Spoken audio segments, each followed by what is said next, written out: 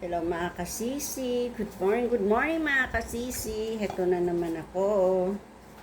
Ngayon gumawa ako ng dumplings. Hindi ko na pinakita sa inyo. Pero ang halo lang ng dumplings ko ay, ang ginawa ko ay vegetable dumplings. Ang halo niya ay tofu,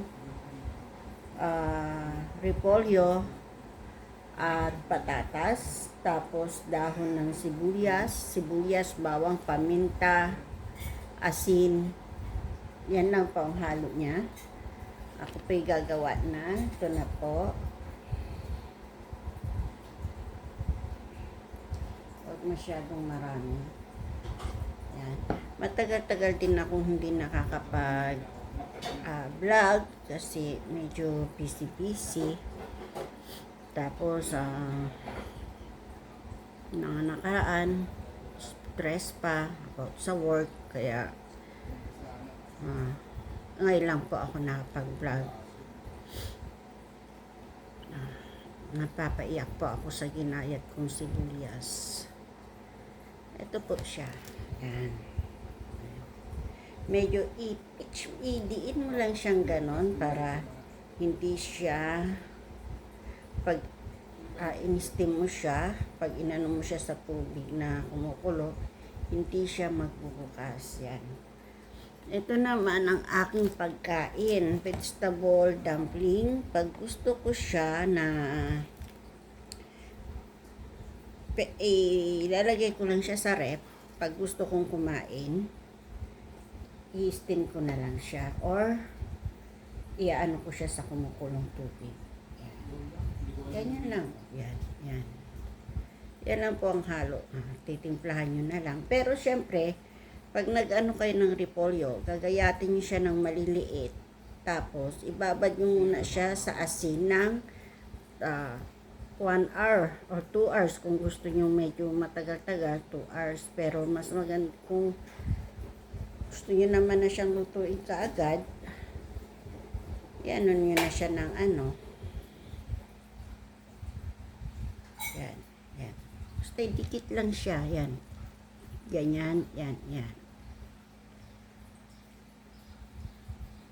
Para hindi siya bubuka kapag kung gusto nyo lagyan siya ng stir, lagyan nyo. Yan. Diba? Yan. Nilalagay ko siya sa Tupperware. Yan. Oops, may Pagkatapos nito may gagawin pa ako.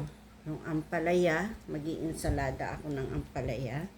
Lalagay ko din sa mga Tupperware. Siguro mga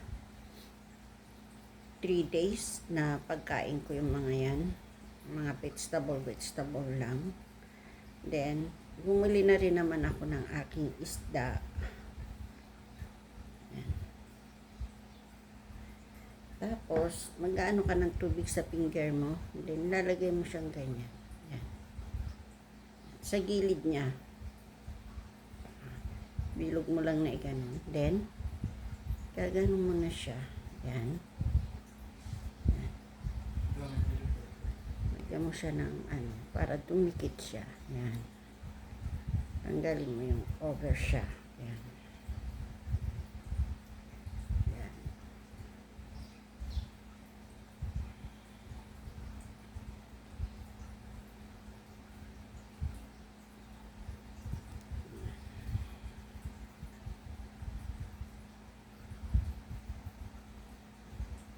Flip mo lang siyang ganyan. Kung gusto mo talagang matibay siya, flip mo ganyan.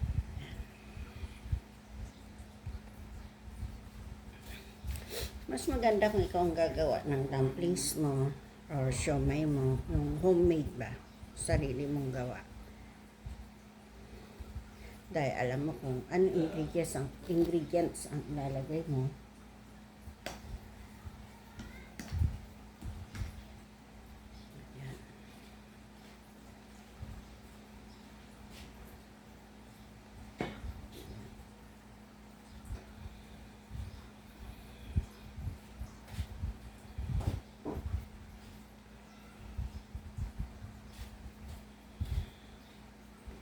Kailangan wag basa din yung yung repolyo, pipigain mo siyang maigi.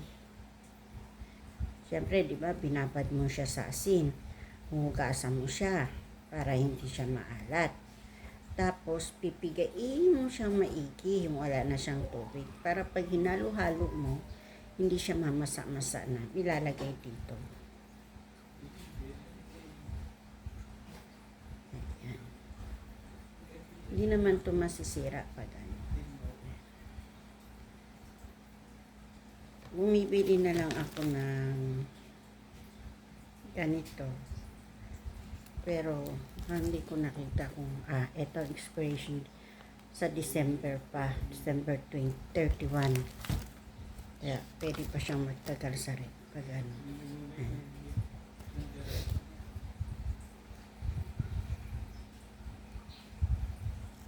Ayan.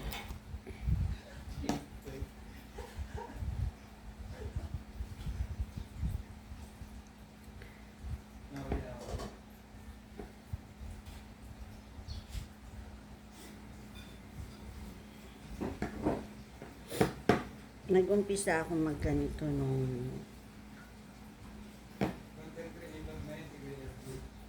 medyo okay na ako. Magaling na ako.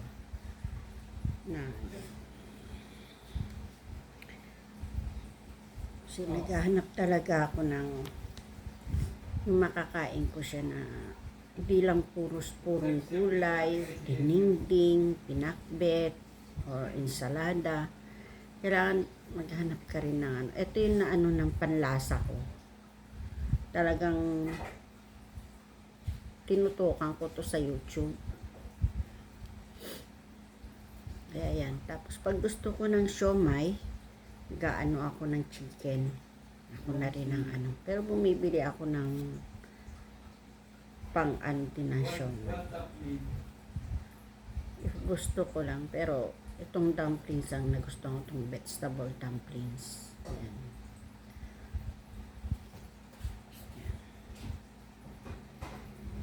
Kaya, tara na, gawa na tayo ng dumplings. Madali lang naman gumawa. If gusto mo.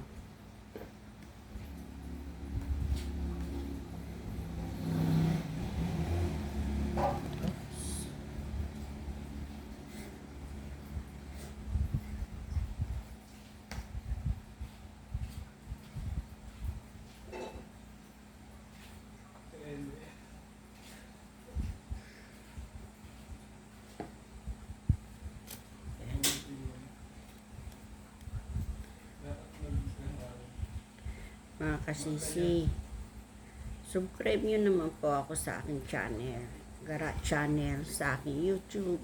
I-like nyo na rin po at i-share nyo na rin po. At maraming pong salamat sa panunod nyo po sa akin na walang sawa po. Pasensya na po kayo sa aking vlog. Hindi po ako nag-edit kasi hindi naman po ako marunong mag-edit. Wala pong cut to, dire-diretso lang siya. Kaya pag natapos po akong mag-video, inaano ko na siya.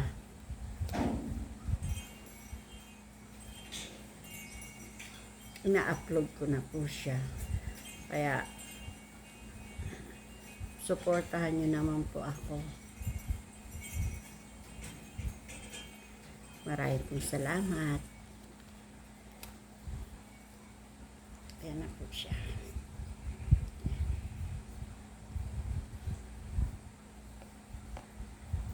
Bye!